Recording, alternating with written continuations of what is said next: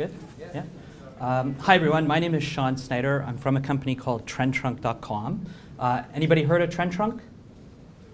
Few? Okay. And I haven't talked to them earlier because I just got here.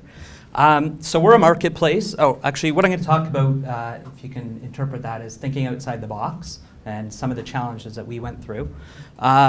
So as kind of Dave told you about marketplaces, so I don't need to explain what we do, but basically we're a place where you can buy and sell and donate your fashionable clothing and accessories, and we're actually the largest fashion marketplace in Canada.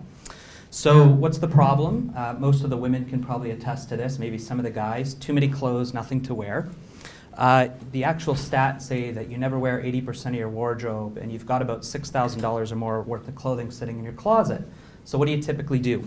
You've got Kijiji and Craigslist, which everybody knows is creepy. You've got eBay, which is complicated because your stuff's up beside the gizmos and gadgets and the trinkets and trash. You've got charity donation bins, which if you don't know, really give nothing back to charity. So your Coach bag that you're throwing in the donation bin is probably netting your charity 10 cents on the pound of clothing. Or resale and consignment stores, which are generally costly and complicated because you have to go and take all your stuff and they pick through all the good stuff. So our solution is really our app and web-based marketplace. It's dead simple. In 60 seconds, you can post up your items, start cashing in your closet, making money. What we actually do is, and what's unique about us, is when you sell your item on TrendTrunk, we actually send you a pre-addressed prepaid shipping label.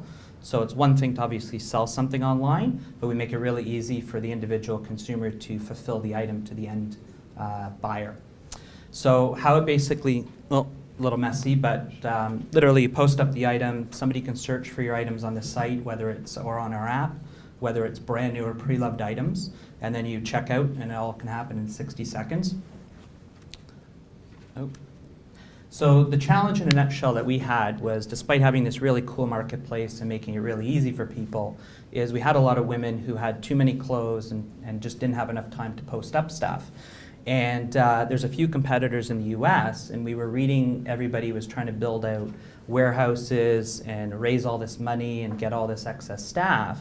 And we thought outside the box and tried and true to what a marketplace is and the whole, if you're familiar with the sharing economy, i.e. Uber, Airbnb, we actually reached out to starting with our top buyers and sellers. And what we actually did is we created a network of stylists across Canada that act as mini mobile consignment stores. So the whole idea is that we still don't maintain inventory, and we've created this distribution network of individuals who actually manage the inventory for us.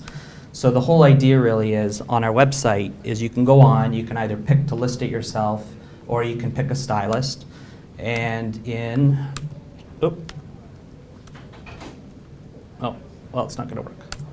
But literally in a second, you pick the closest stylist to you. They actually meet up with you, and they're vetted and background checked, and they'll actually do all the work for you. So they'll take your good stuff, they'll help post it up, they'll manage the shipping, and you just sit back and watch the money roll in.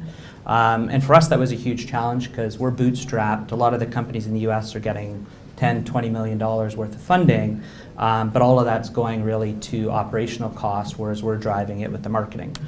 And that's the end of my presentation, if you have any questions.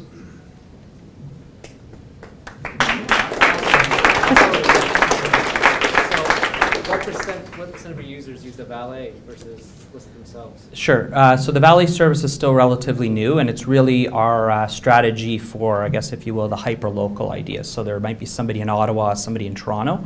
Right now, because we're still growing our stylist network, so if anybody wants to, I guess in particular the women, want to make some extra money by helping people maintain and stay fashionable, come talk to me after. But right now it's probably about 5 to 10% of the people are using the valet service.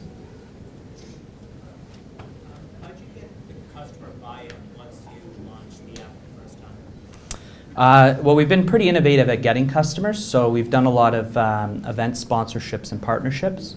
As well as different cross promotions. So we've done stuff with, if you're familiar with like Fabutan, where you can walk into Fabutan, you'll get a TrendTrunk gift card. We've done a lot of online promotions.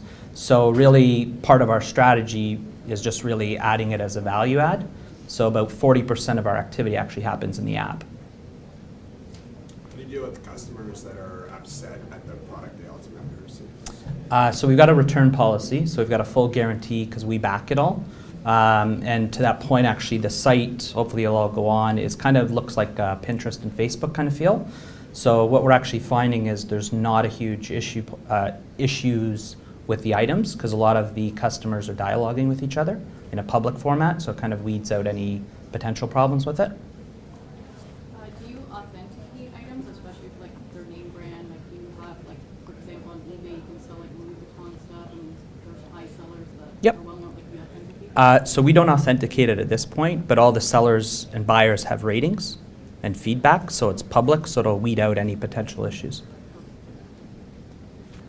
If I take a picture of everything in my closet, how much do you think will get sold? It really depends. Like the quickest item we ever sold was a Coach bag that somebody put up and they sold it in literally like 45 seconds.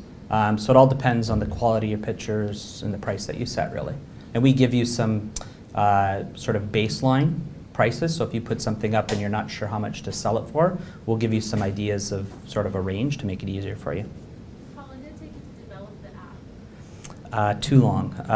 Took us probably about a year.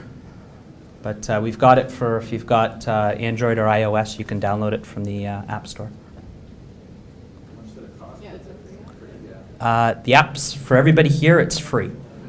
And for everybody not here, it's free. How much did it cost to build the app? Who's asking that? A lot. Yeah. Won't go into the price, One the last cost. question, I guess. I wish my wife was here. Nothing to wear. No, I don't mean it that way. She's wearing something. So That's a different site. going forward, apart from partnerships and so on, how do you plan to reach a mass consumer base, or is that even your strategy? In other words, when will my wife find out? Well, we're out there in the market. Our focal point's really going after mid to high-end product.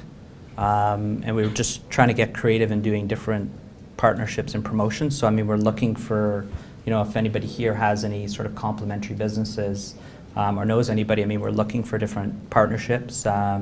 We also starting to work with designers. So when you sell your wife sells her pre-loved Coach bag, she can use that money to either shop somebody else's closet or actually buy something right off sort of the runway. So we actually have some interesting things going on with Ryerson's Fashion Zone as well.